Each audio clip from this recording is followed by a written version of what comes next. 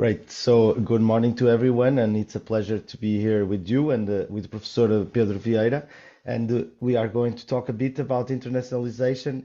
And I gather a few questions related to uh, opportunities, risks, threats, some tips of how can companies go international, how can we help our businesses being members of the IPBN, Ireland Portuguese Business Network, or just interested in participants in this webinar.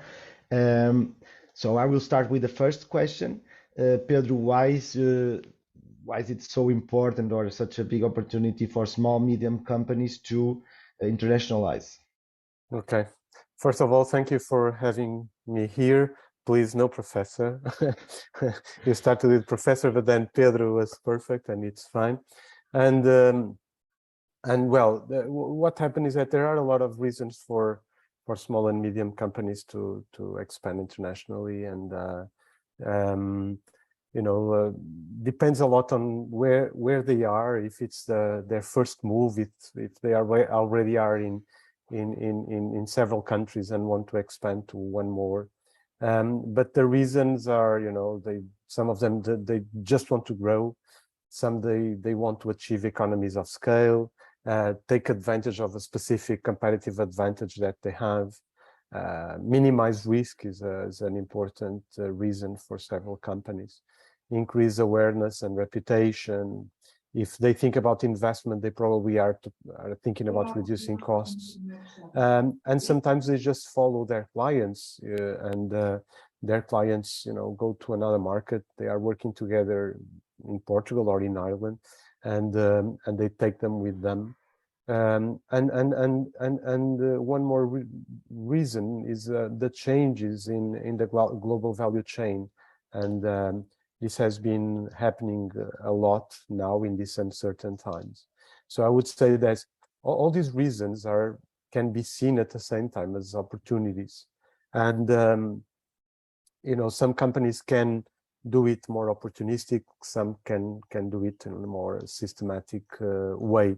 But internationalization is definitely a big opportunity. And we also know that when we see companies in international markets, we see that when they adapt their products, services, or technology to those new markets, this encourages creativity and innovation.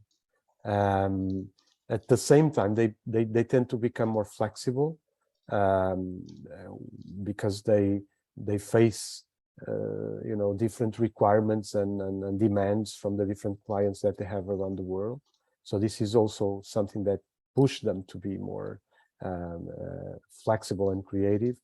And we also know that product life cycles can be extended when companies enter new markets. So these are opportunities as well, and if you want, they can be seen as advantages.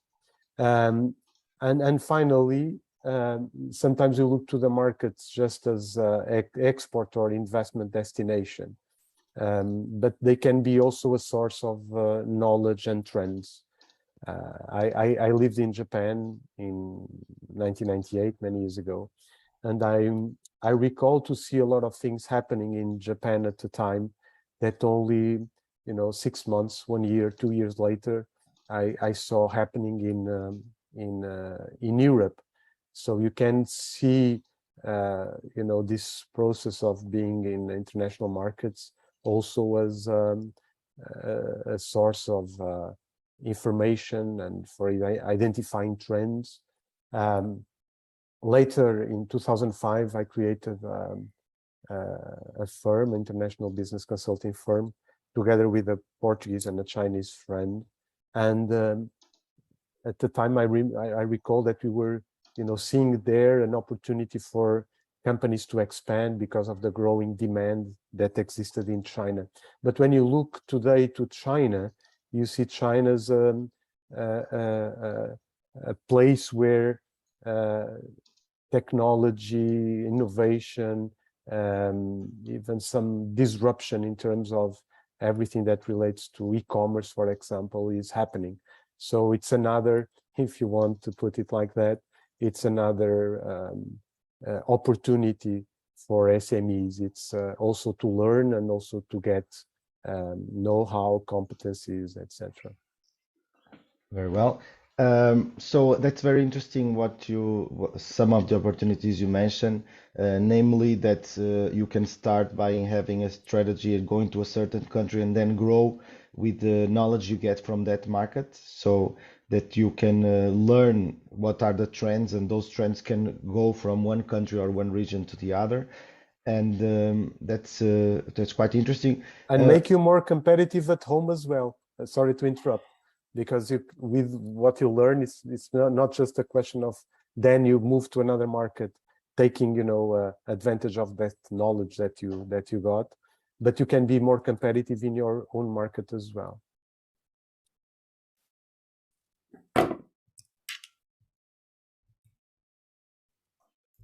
Hello, Pedro. Very well. Okay.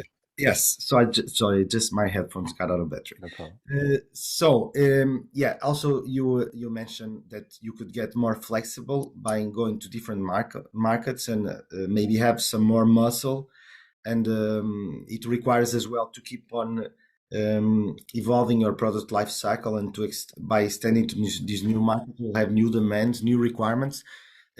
What do you believe are the biggest challenges for a small, medium enterprise when actually trying to do this way or starting this way? The challenge is you can organize them in several areas, but let's put it like this. When a company decides to approach international markets, and no matter it's the first market that it will approach, or if the company is already, for example, let's say exporting to European markets, they will face new variables. And all of them can be related to distance, not only the geographic distance. And there's an author and a researcher that organized these distances in 4 types of distances, that are the geographic, the administrative, the economic, and the cultural. It was Pankaj Gemawat, and this shows that this distance can include a lot of several aspects. But in those new variables, you have land borders, you have new currencies, and for a company that has been, for example, exporting only to Eurozone, to face this challenge of dealing with a new currency might not be easy. Think, for example, with the case of Brazil, where the exchange rate, it's not so stable, and you have to deal with that.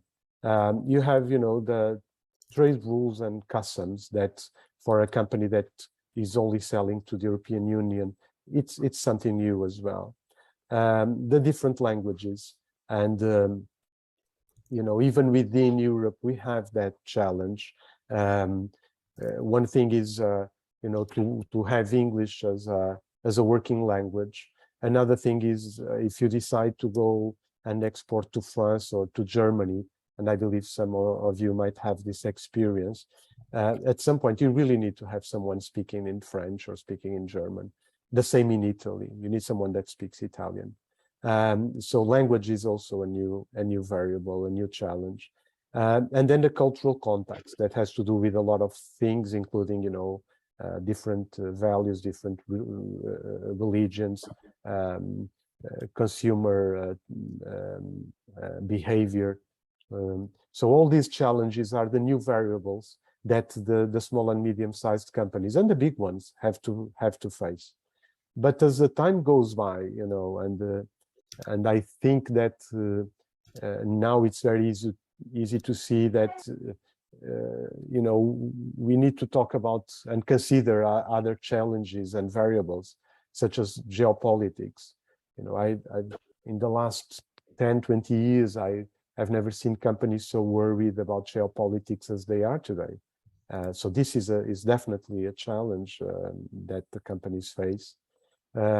Questions or issues such as sustainability, that in the Nordic countries, for example, they are very, very important in all their areas, not only the environmental, but also, you know, everything that relates to, you know, company governance and social responsibility, digital transformation, you know, the challenges of the global value chains that, you know, are now changing and adapting to all these new times.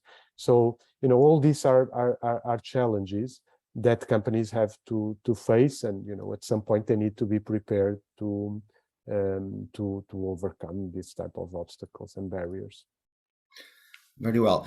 From the things you mentioned, it seems that you see a big difference when actually working inside European Union, like a big single market, or going in that direction, towards working with the other regions that might not be using the same languages, you know, well, or the same values, maybe in same religions. So IPBN is trying to facilitate relations between Portugal and Ireland, and trying to increase the investments on and relations between the companies and cultures, to make them closer. Do you think that this opportunity could be a first step, or one of the first steps, for those companies that are looking for another market, and by these alliances between different countries inside European community, could that make it easier for them? Or no, yes. If we talk about the four distances that we mentioned before, the geographic distance is very small. So this is an important aspect.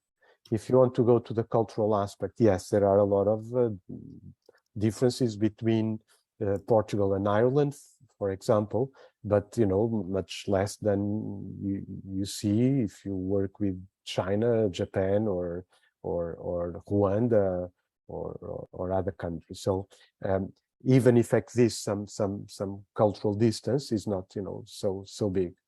There are some economic distance, in the sense that, you know, the purchasing power is a little different. That might influence the way you adapt your products to the markets, no matter it's from Portugal to Ireland or from Ireland to Portugal.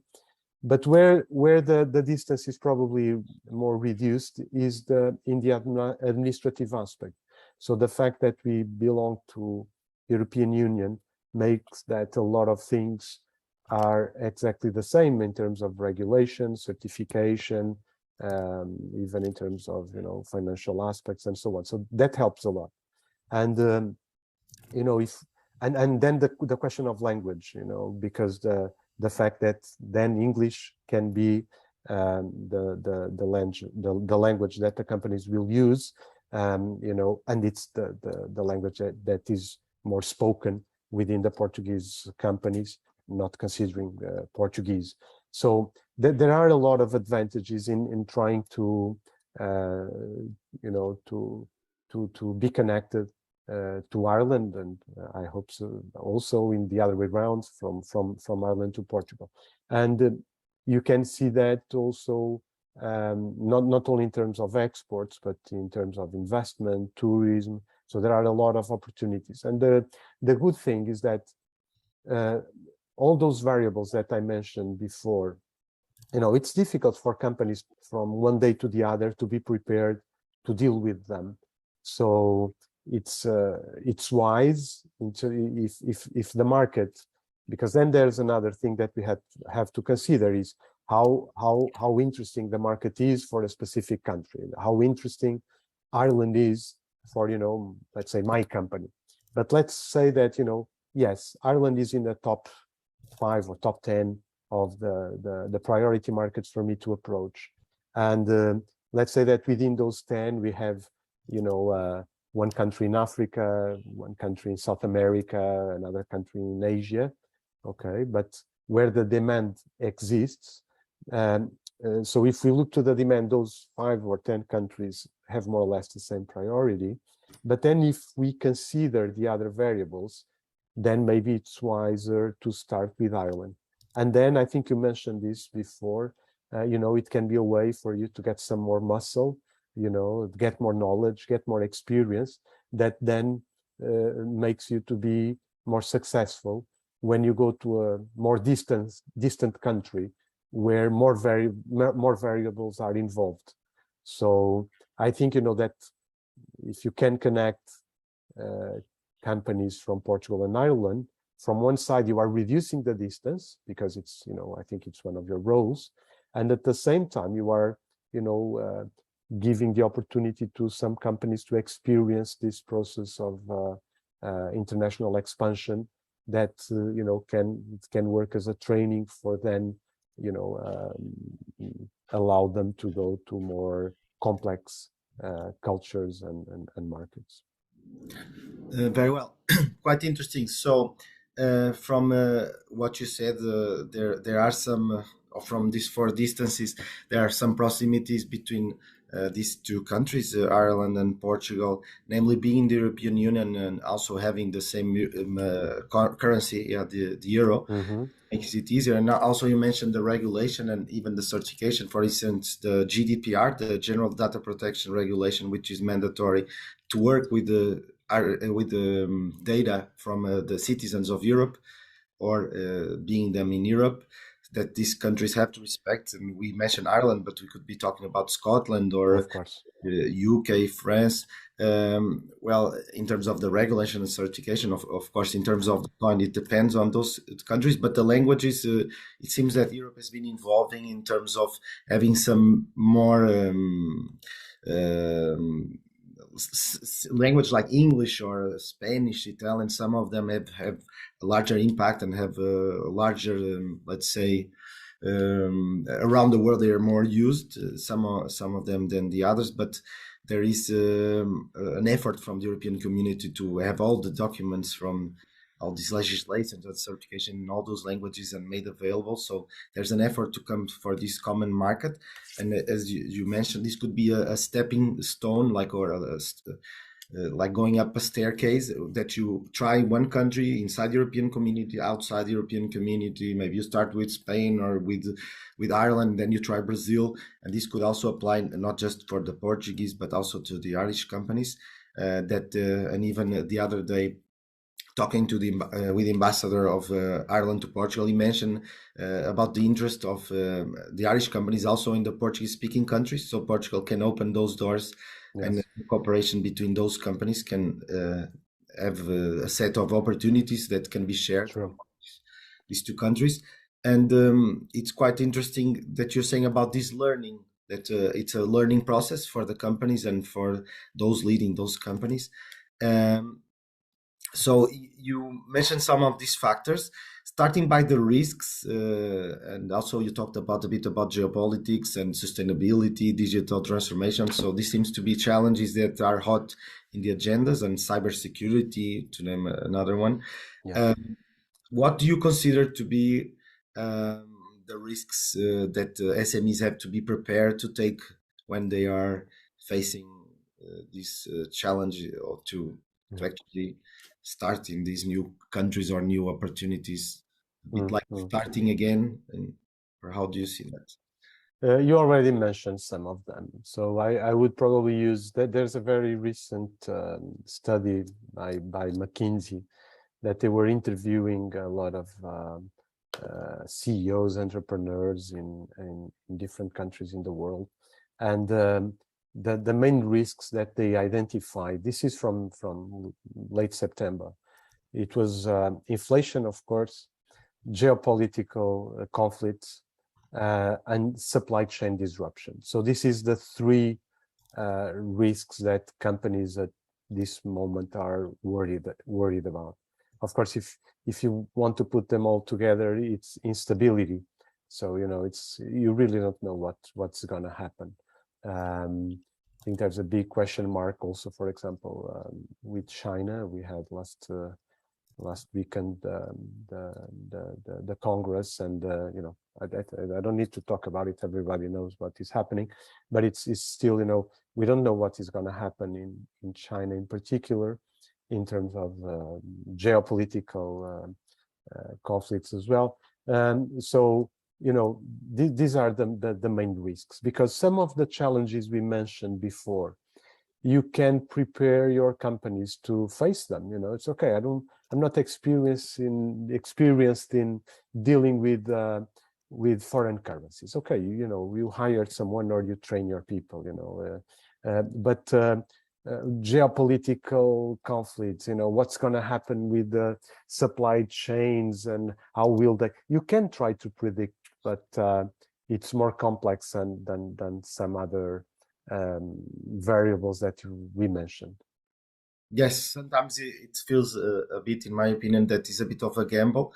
For instance, we had one of our customers that he predicted that the tourism was going to grow this year. So they work with the rental cars, and so he invested a lot in a new fleet because he thought that Portugal, being away from these geopolitical places that are very hot in terms of conflict or risks, that some of these markets either they can have some pocket of opportunity because of increasing, in this case, in tourism, or other times even being closer to these places of conflicts can also give opportunities or to this threat. So it's sometimes a problem for some companies. Sometimes it can be an opportunity. Yes. That's interesting. But how can for instance, you said that for the foreign currency challenge that people can train or prepare themselves. What other obstacles that you think that the companies can prepare themselves, like if can they train or prepare their companies for those that are more expected or in some way they... Okay, what can they do? Well, coming from a Porto Business School, I would say that, you need to invest in skills and people. You have to train your people, for sure. You have to have your people better prepared for all these challenges and obstacles that you face when you go global. I would say that, maybe now you have to use more scenarios rather than forecasting, in the sense that it's difficult to plan for 3 years or 5 years time, as we were used to do in the past.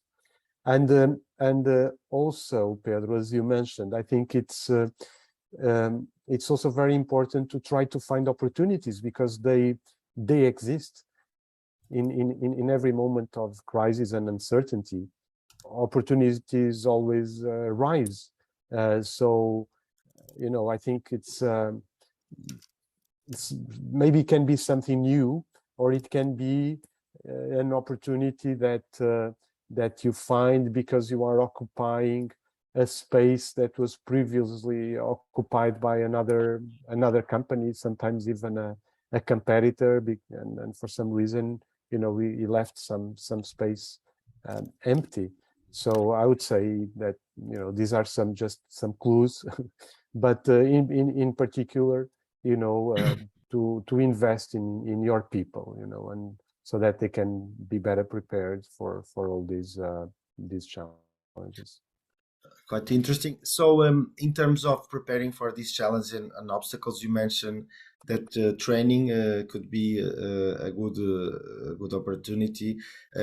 What sort of tools do you give in your course, or that you give your students or the CEOs collaborate with your students in order for them to exercise and to actually open their minds for being prepared for these new situations? Can you mention one or two? Yeah, I can. So at PBS, we are more and more involved in these issues of internationalization. So we have this executive master for international business. We also have some open executive programs that are oriented to these topics, and we always try to give tools to the participants. And some tools that I can mention is, for example, how to make a self-assessment, a good diagnostic of your readiness for approaching international markets. You know, am I ready to deal with those variables that we have been mentioning? You know, it's a first thing that you always have to do.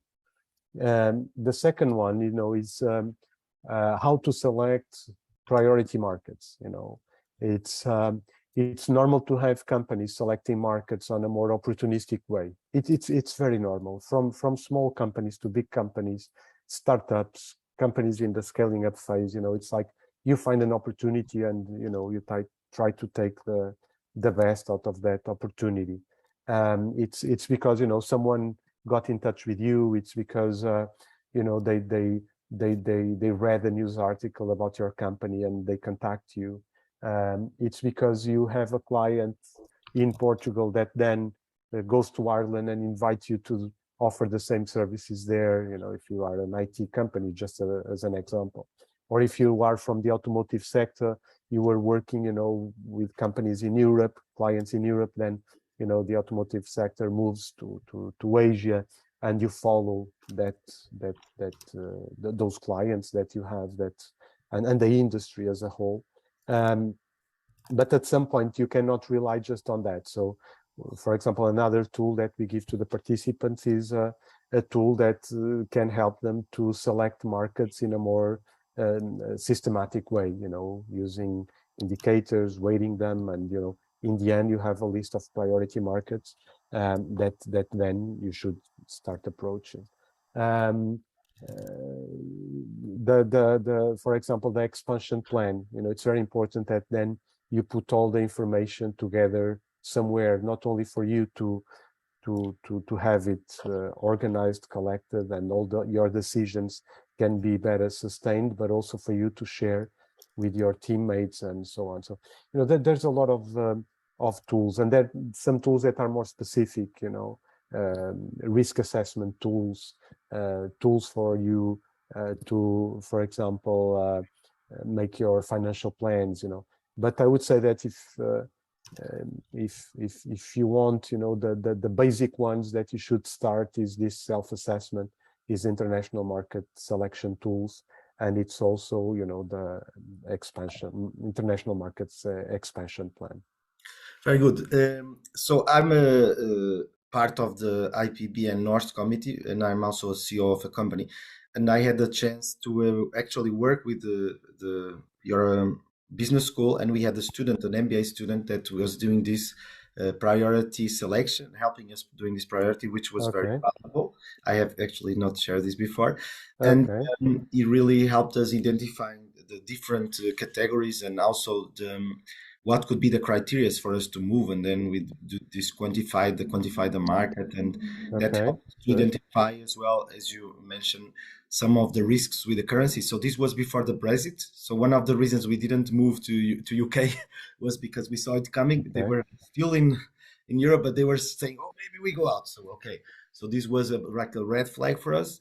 We thought, okay, we will not just that we had the pound that was a risk, but also because of the flotation, but also the geopolitical, and them trying to be more far away from the European community.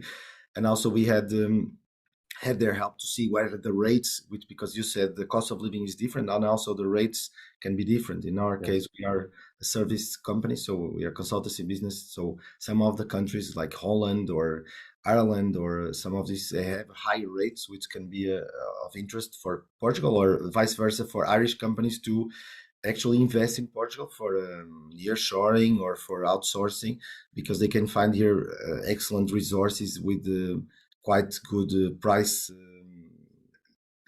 compared to their knowledge, like in engineering and economics and like that. So congratulations for that to the business school. And I think that the other people that are listening here could maybe try to approach this IPBN initiative with your business school, to maybe have these opportunities for other CEOs, other companies, to do the same tracks.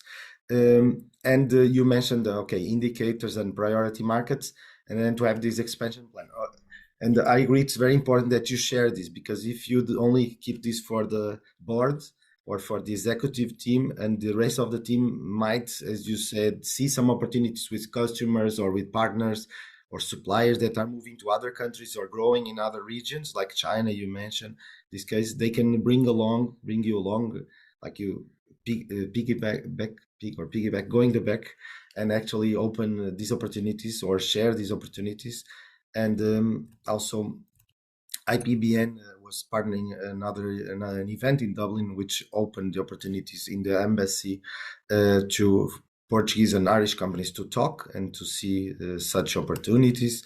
What other advices do you give for those that are already have been trying this approach of going to new countries and maybe have failed in some of these, or one or two countries, and maybe they are still growing in one of the small medium companies that trying to do these steps or already have succeeded in one country? What do you recommend as approach to face those difficulties of internationalization? You mentioned one that is very important, Pedro, at some point when you were saying that, it's good that we have this expansion plan to share with the whole team. And because it's motivation and alignment, I would say those two. That is, for example, in your company, you might be, completely motivated to approach new international markets, but, someone in your team, I'm talking about C-level, it's not, or, was not as motivated as you are, or you have the people in the, now not talking about IT, talking about, for example, a company that produces something, and you have the COO or someone in the production area that, it's, no, this is just bringing me complexity, it's, I have to stop what I was doing to make, some samples or a small order to another country, it's, so you need to have, first of all, alignment. Everyone needs to know why you are doing this. What are the reasons behind this decision that we took to move to other countries? They need to be aligned in the strategy. Say, okay, we know why is that country and not another one, and what that requires in terms of, product adaptation, technology adaptation, services that we have to offer that we were not offering before, certification, this and that. So, it's this alignment is very, very important. Then you need to know the markets very well. It's no matter it's Ireland. And sometimes, now let's go back to the distance. That is, sometimes when we think the distance is not so high, we tend to ignore some of the differences. It's no, we know the market very well. It's so close. I have been traveling for Ireland for many years. On holidays or, But then, you need to know the specifics, and sometimes we don't do enough research, and we don't know the markets so well as we should. Then you need to understand, we talked about that before, if I'm prepared to do this move, do I have the conditions to go, to Ireland? Okay, I have. But what if I'm not talking about Ireland, but Saudi Arabia? Do I have the conditions to do it? Am I ready? Then, you have to prepare the strategic plan and include everything there from the entry modes. Do I know what is the best strategy to enter that country, or what is the entry mode that better fits my strategy, and all necessary adaptations that you have to make to your product, technology, or services. And then have, of course, a financial plan and a very strong risk assessment. So make a very strong risk assessment, and have the scenarios as we were talking before. So I think, if you do this, you for sure will be better prepared to approach and be successful in the international markets. Very well. So here, so you mentioned a few steps, or I could understand some of some check marks or checklist, namely to know the market well, to align your motivation between your employees and the different management levels, and as well, you mentioned we have to do this self-assessment. Are we prepared to actually move to this region or this country, being Ireland, Saudi Arabia, Angola, Brazil, and to prepare this strategic plan? the financial plan, do the risk assessment, and finally, you mentioned also the scenarios. So going to the risk assessment. So this is we see a trend in the last years, even on the things you mentioned before, such as certification or compliance, that there has been an increased focus on the risk analysis. So before, risk was something, okay, we do this. It's a management practice that sometimes is used, but what we've seen nowadays is even the certifications now it's mandatory to do risk analysis in different levels. And if you are talking about cybersecurity, of course, in cybersecurity, information security, in data protection, in filling the regulations for these countries, and even as you said, the cultural risks or financial risks related to currencies, exchange rates, or inflation. So there's a few to mention. Is that something that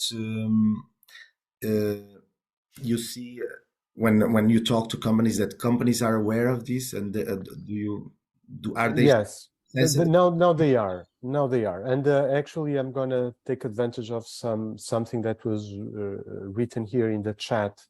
I will reply to both comments, but I will start with the second one. That is, what about the risk of protectionism we have seen in the US? You know, I would say that people start paying more close attention to risk with, for example, the Arab Spring.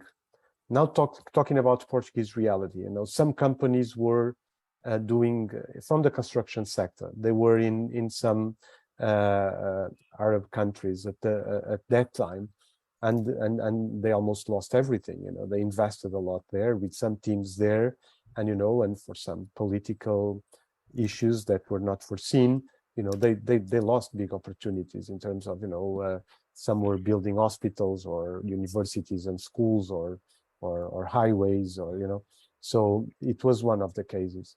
And then we had this protectionism, you know, and in particular the clash that we saw between China and US, and you know, all the protectionism that came after that, you know, also between Europe and China at some moment.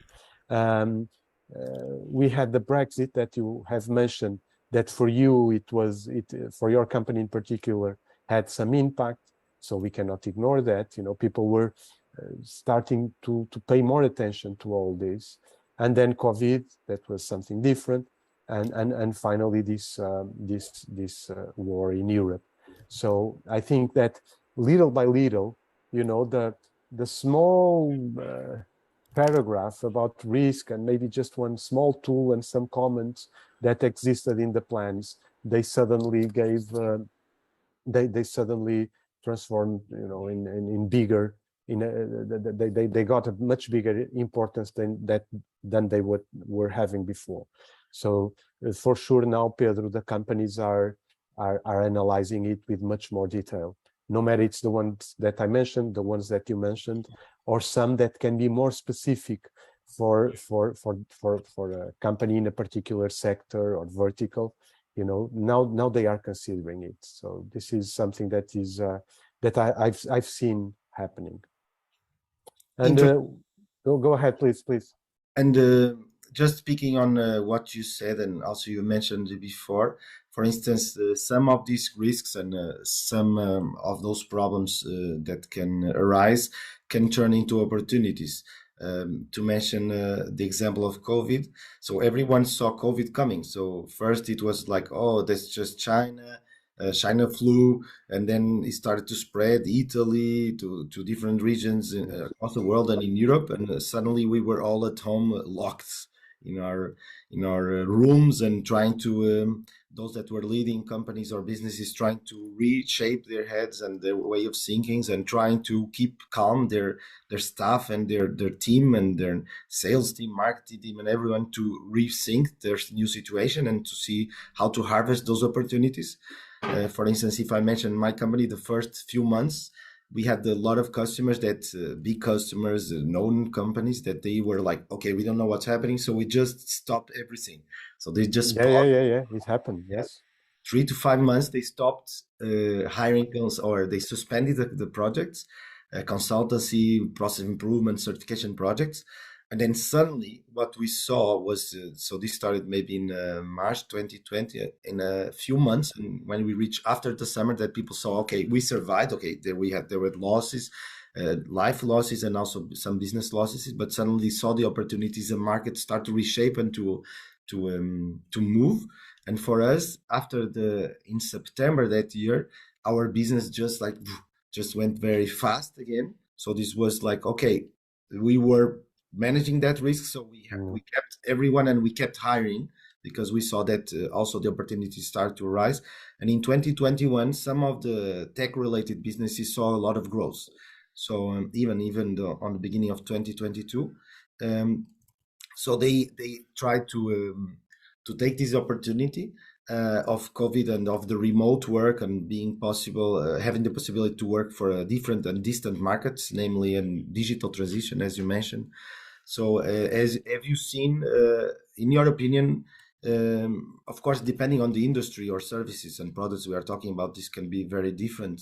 But from what you saw, how have the companies reacted for this specific example of COVID? Those that have overcome and came out better, like in our example, we increased our results and sales by more than double. What have they done to manage those risks? What have you saw as actions, or so that we take this an example for other risks that we will be facing in the internationalization, and that can be actionable? It's a good point, Pedro, because I think that happened to a lot of companies that, they just stopped everything. Some of them for example, if you think about a more industrial type of company, they stopped to be better prepared, all the even hygiene conditions that they needed to create and all that, but also expecting to see what was going to happen, But then what happened to some of them, it was exactly what you said, is that suddenly, the market demand started growing again, and much faster than it was before. And I think, Pedro, I'm not taking much time on this, but I think there's a good learning practice there. That is, you should be prepared for example, this crisis that, a lot of people is saying that will happen. Okay, let's be prepared for that. But then let's be prepared for when the crisis finishes, so you need to anticipate also, everything that you need to do, so that, suddenly the demand from a particular country or from the world as a whole, the demand starts growing. Are you ready for that? Because that's a fantastic opportunity for you to conquer some market share, for you to grow, etc. So I think that when we look for what we have to face now, is that, okay, am I ready for the worst? But at the same time, and am I ready for the best that can come afterwards?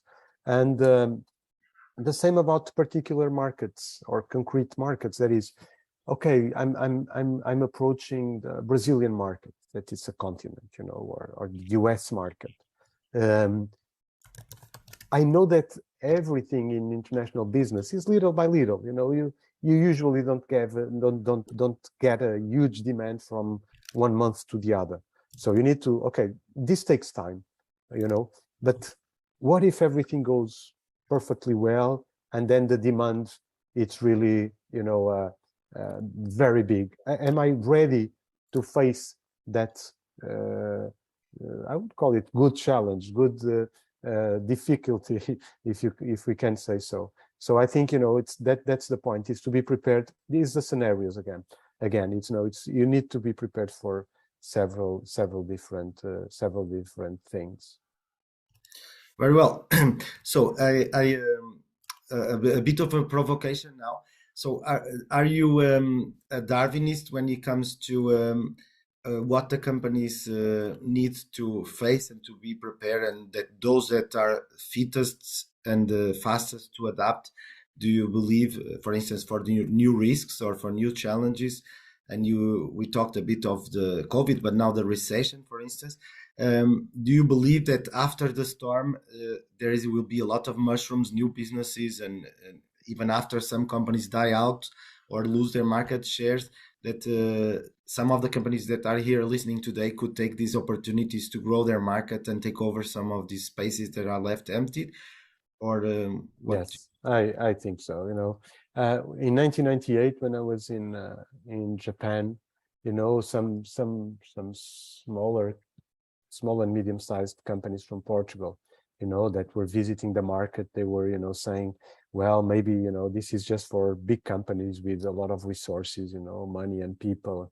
And I remember very well the people I was working with, and what my experience told me at the time is that more important than having these resources is to be agile and flexible. I keep that in my mind since 1998, and I think this applies a lot for what is happening now. It's like you need to be agile and flexible so that you can take advantage of all the opportunities that I'm pretty sure will appear now. That we saw that with COVID, we saw that with Brexit, we saw that there are always opportunities. And if you are a very big boat, for you it's very difficult to to turn left or turn right. But if you are a smaller boat, more faster and agile and flexible, then maybe you can take advantage of the opportunities for sure. Very well. Okay, we saw this in the city. I live in the city of Porto. We saw this also with the restaurant business and the tourism business, as that some of the businesses that could actually survive, which was very tough for 1 or 2 years, they have grown quite spectacularly after this crisis. And of course, new players came and new investors, and there's a very hot, let's say, restaurant market here. And I guess this is happening in a lot of in Lisbon and in a lot of other Dublin and a lot of other capitals and regions. In the tech sectors and the technology sectors, have you followed from a close distance some of these companies are facing these challenges? And in terms of scenarios that you also mentioned as one of the techniques or one of the how can the companies, or how do you see them, or how do you help them actually coming up with these different scenarios for the different risks or the different opportunities?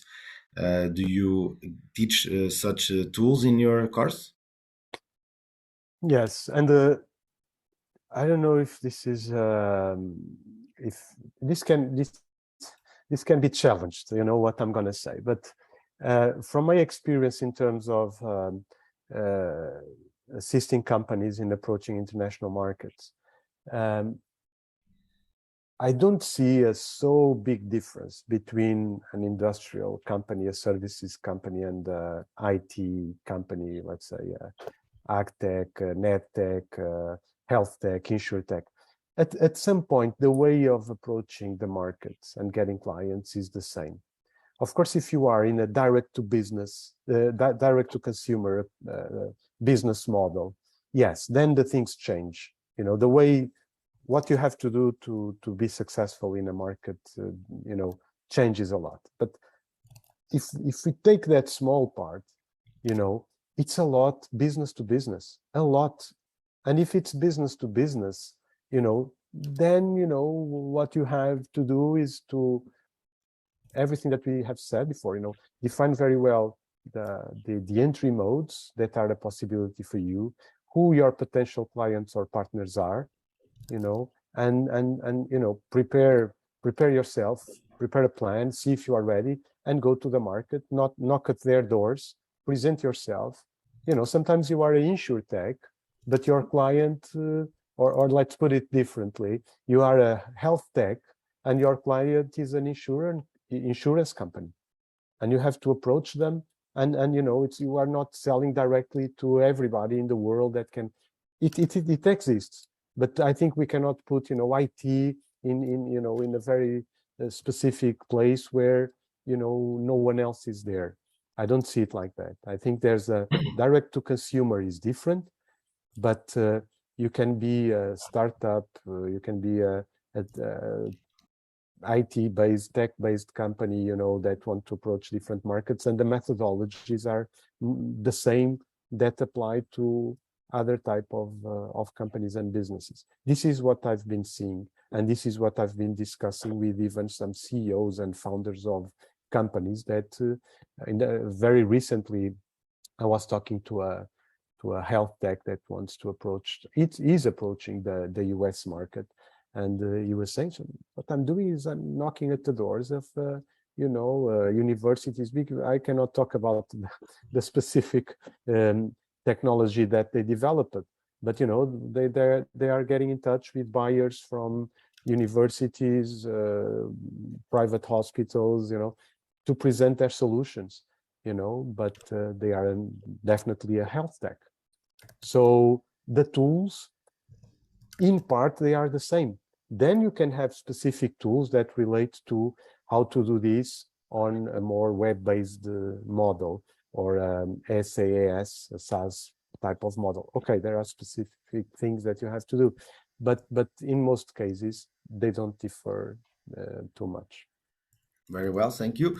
So you mentioned a few steps on the approach of a business to a new market, namely defining very well the entry mode, seeing your potential clients and partners, preparing yourself, going to the market and presenting yourself. This is also a very important step.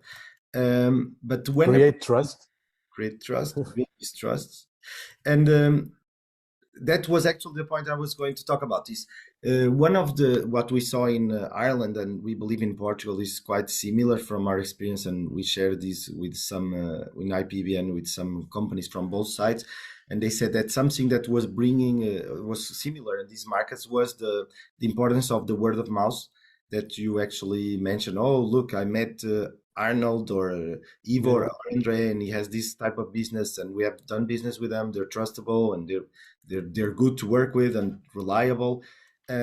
So this is one possible plus in terms of partnership, as you mentioned. What sort of partnerships or what type of approaches have you seen that you believe that work well in business to business? I don't think I can be very specific in replying to this question, but maybe I can go to something that is also in chat and that we have mentioned in a previous question that has to do with trust, building trust. So trust, it will always be necessary in business, and in particular in business to business.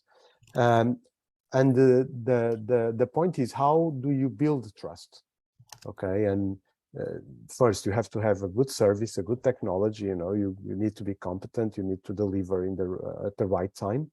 But then there's a part of, you know, they don't know you from anywhere. So you need to either create this relationship that takes time. You go there, you know, in some cultures such as Brazil, Portugal, and China, just to give examples from different continents, you have, you know, to have lunch together, to, you know, talk about, you know, your personal life, and you start creating trust, you know, through the relationship.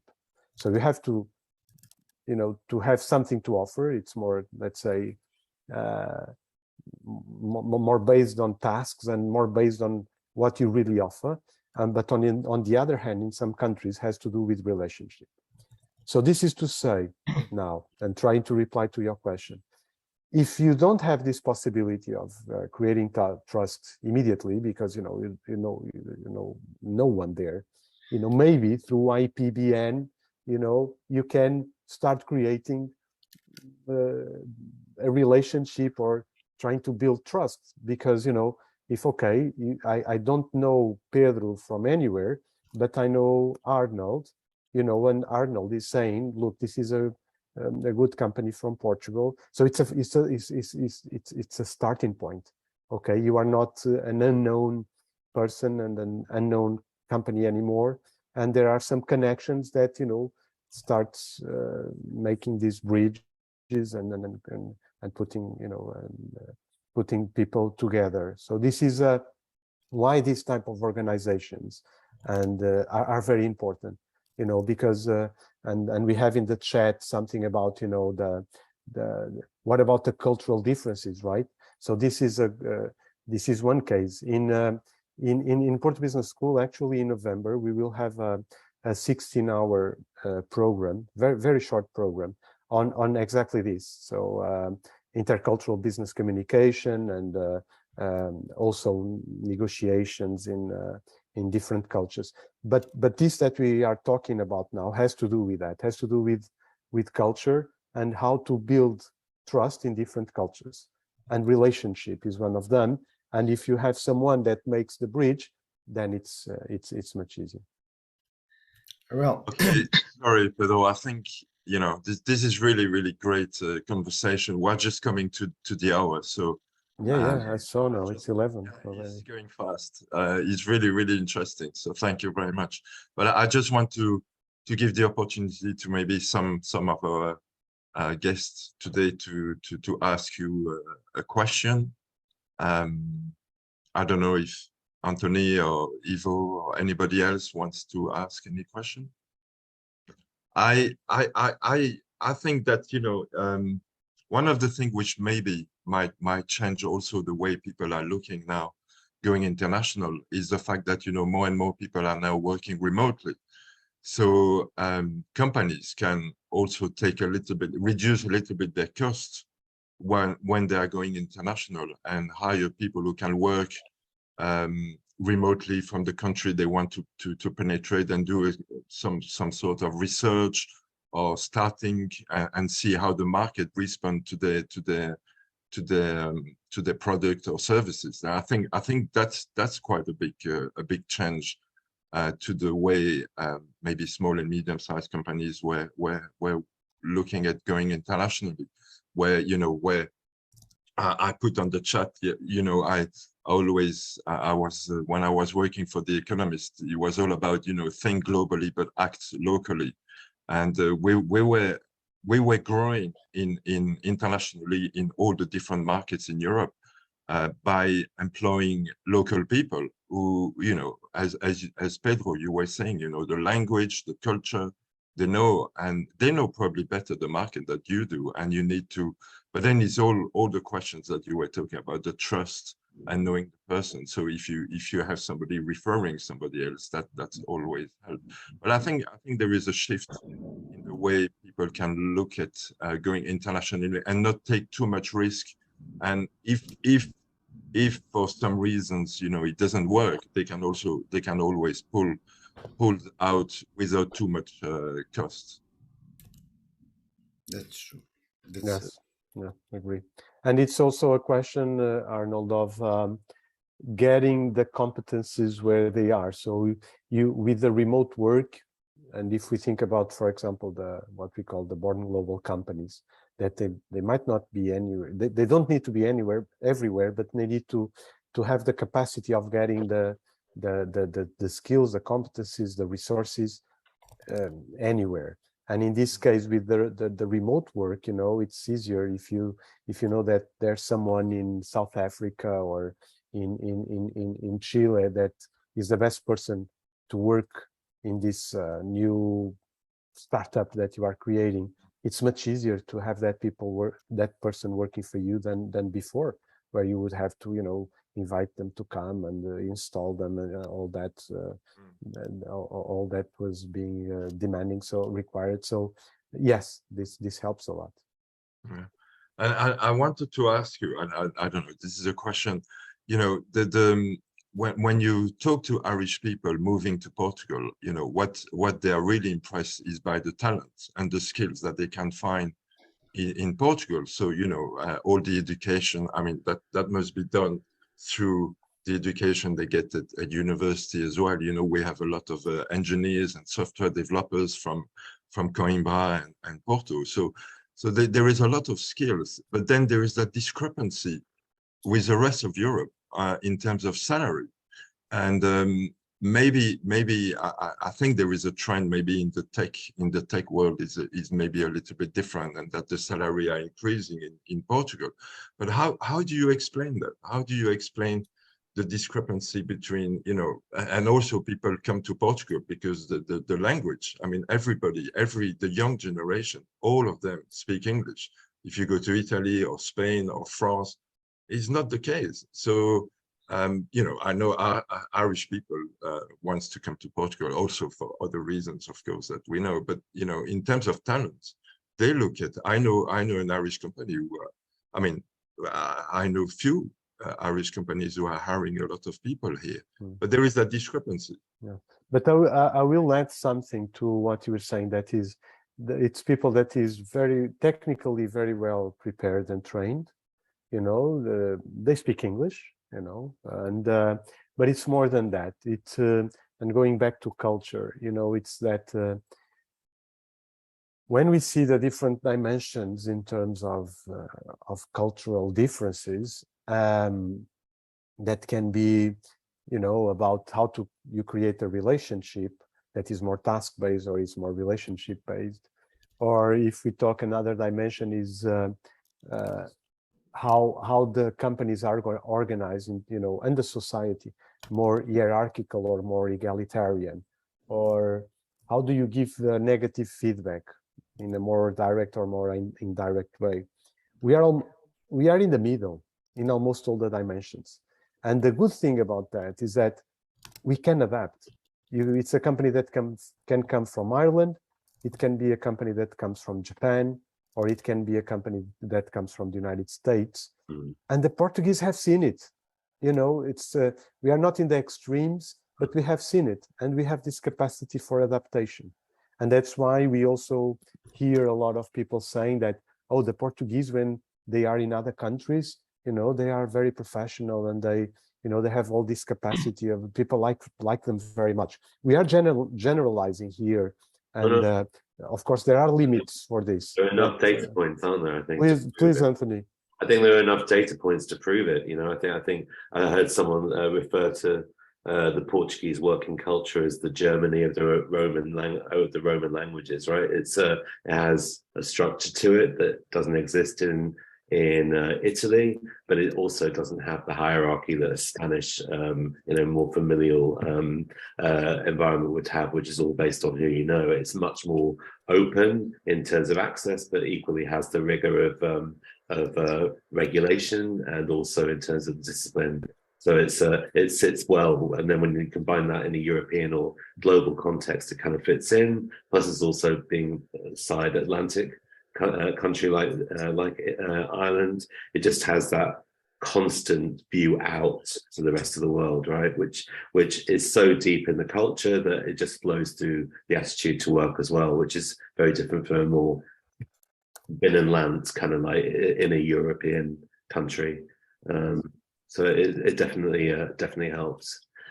One thing when you were talking that because I always see things through a music perspective, but I think it's always very useful when you're talking about international markets, because obviously if you're a music artist and you want to break into other countries, you assume it's easy and everyone's going to like the same thing.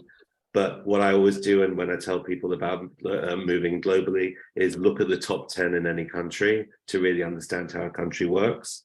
So whilst you were talking, I just checked. So in Portugal this week, in the top 20, there are 3 Portuguese acts, 17 international acts. In Ireland, there isn't one single Irish act. It's 20 international acts. Okay. In Italy, there isn't one international act. They're all Italian. Okay. And in Spain, they're all Spanish speaking. 15 are from Latin America and 5 are from Spain, not one English speaking act. And so from that, you really understand the culture, right? I mean, and you have such huge data points when you look at that data on a weekly basis. You can really understand that. Do you stand a chance in like launching in Spain and you've got a great song? No, you don't. You don't bother. Should you fly over to Italy and do 10 TV shows with a UK hit? No, pointless.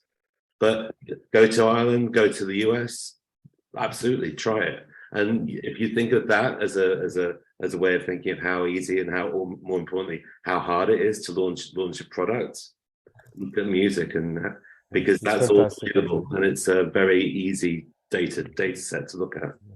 Yeah. It's a fantastic example. You know, Yeah, it's that's very great. good. Yeah. It's excellent. Andre, you were about to say something? No, we cannot hear you.